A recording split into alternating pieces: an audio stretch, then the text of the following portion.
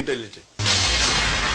Doctor صاحب تقلید کے تعلق سے کیا فرمائیں گے آپ؟ تو تقلید کے معنی کیا امپورٹنٹ ہے واپس سے. کیوں میں کہتا ہوں تقلید لوگ کہتے ہیں کہ آنکھ بند کر کے ماننا, جیسے تقلید کہتے ہیں, یہ تو ایک عام ڈیفینیشن ہے. لیکن میں یہ کہتا ہوں کہ اگر آپ کو کس پہ بھروسہ ہے, مثال کے طور کے اوپر آپ جاتے ڈاکٹر کے پاس, وہ دوا دیتا, آپ مان کے دوا لے لیتے. تو ایک چیز ہے کہ تقلید کے معنی آنکھ بند, ایکچوئل تقلید عربی لفظ سے آتا ہے کہ مثال کے طور کے اوپر آپ اگر کوئی جانور کو کوئی رسی دے کے کھینچتے, وہ قلادہ یعنی اس سے آتا ہے. لیکن عام معنی ہے کہ آنکھ بند کر کر ماننا. تو میں یہ کہتا ہوں کہ اگر کس کو آپ تحقیق کر کے بھروسہ کرتے ہیں اور اس کی بات مانتے تو کوئی اعتراض نہیں. لیکن اگر وہ انسان جس کی آپ بات مانتے اس کے خلاف اگر ثبوت پیش کرتے قرآن اور حدیث کی روشنی میں, پھر بھی آپ اس کی بات مانتے, اسے کہتے ہیں تقلید. صحیح طریقے سے مطلب ایک آدمی کو آپ جانتے ہیں اسکالر ہے, اس نے فتوا دیا, آپ نے اس کی بات مان لی, ٹھیک ہے, آپ تو عام آدمی ہیں, تو آپ قرآن میں جو لکھ رہا ہے فصل والا ذکری ان کو نہ تعلمون, اس سے پوچھے سے علم, آپ نے پوچھا, آپ نے بات مان لیا, اسے تقلید نہیں کہیں گے. لیکن دوسرا شخص آ کے کہتا ہے کہ جو عالم کے پاس آپ گئے اس کا فتوا قرآن و حدیث کے خلاف ہے, پھر بھی آپ بول نہیں وہ بڑا عالم ہے, میں اس کی بات مانوں گا. حوالہ ملنے کے بعد, ثبوت ملنے کے بعد, قرآن اور حدیث کی روشنی میں پھر بھی آپ اس عالم کی بات مانیں, اسے کہتے ہیں تقلید. ٹھیک ہے, ٹھیک ہے. یہ کرنا میرے حساب سے غلط ہے.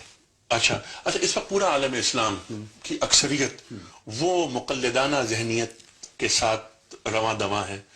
آپ یہ فرمائیے کہ اس مقلدانہ ذہنیت نے دین کو فائدہ پہنچایا ہے یا نقصان؟ نقصان پہنچایا میرے حساب سے. نقصان پہنچایا, زیادہ نقصان پہنچایا. اچھا. اور جتنے بھی آپ اگر تقلید, جتنے بھی ائمہ آئے, چاہے اب امام ابو حنیفہ, امام ملک, امام شافعی, امام مالک, احمد, چاروں ائمہ میں اللہ بھی پیس دم آل رحیم اللہ, چاروں نے کہا کہ آپ کو کوئی بھی میرا فتویٰ ملتا ہے جو قرآن اور حدیث کے خلاف ہے, میرے فتوے کو چھوڑ دو.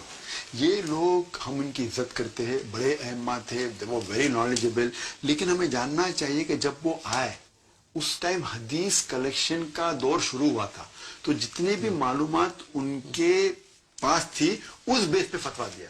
وہ جانتے تھے کہ ان کے پاس ساری معلومات نہیں تھی, جو بھی معلومات تھی اس بیس پہ فتویٰ دیا انہوں نے. اسی لیے انہوں نے کہا کہ آپ کو کوئی بھی میرا فتویٰ ملے جو قرآن اور حدیث کے خلاف, فتوے کو چھوڑ دو.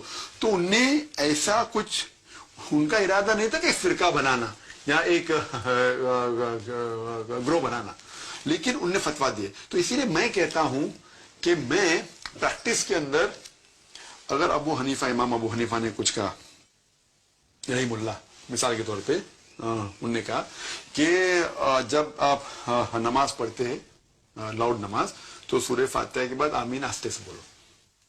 لیکن جب میں پڑھتا ہوں صحیح بخاری میں کئی حدیث ہے جس میں لکھا ہوا کہ آمین زور کا بولو, آمین بالجہر ہے, بالجہر, تو میں آمین زور کا بولتا ہوں. اسی لیے میں کہتا ہوں کہ میں 100% حنفی ہوں, کیونکہ امام ابو حنیفہ نے کہا کہ آپ کو کوئی بھی میرا فتویٰ ملے جو قرآن اور حدیث کے خلاف, اس فتوے کو چھوڑ دو. تو میں نے فتوے کو چھوڑ دیا, تو عملی طور پہ میں 100% حنفی ہوں.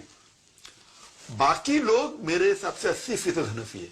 وہ ابو حنیفہ کی اکثر بات کو مانتے لیکن سب بات کو نہیں مانتے. ابو حنیفہ نے یہ بھی کہا کہ اگر فتویٰ غلط ہے تو چھوڑ دو.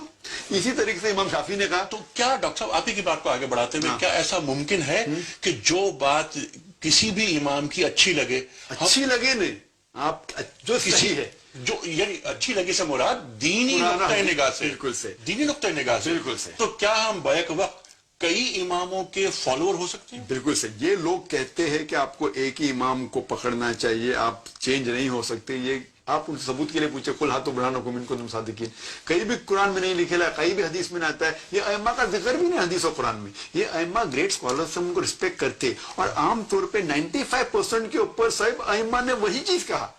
فرق ہے 2%, 3%, 4% میں, اس کے اوپر ہم لڑتے ہیں. تو اس 3 یا 4% میں اگر اختلاف ہے تو ہمیں تحقیق کرنا. جس میں اختلاف نہیں ہے, میں صحیح ہوگا تحقیق نہیں بھی کرے چلتا ہے. اگر آپ کو لگتا ہے تحقیق میں اختلاف ہے تو آپ تحقیق کرو, کیونکہ لوگ کہتے ہیں کہ ہمیں قرآن کو فالو کرنا چاہیے, اطیعوا اللہ کے رسول, اللہ کو رسول کو, اور جس کے پاس علم ہے, who is endowed with knowledge, those have authority. یہ قرآن کی آیت ہے, لیکن یہ آدھی آیت ہے.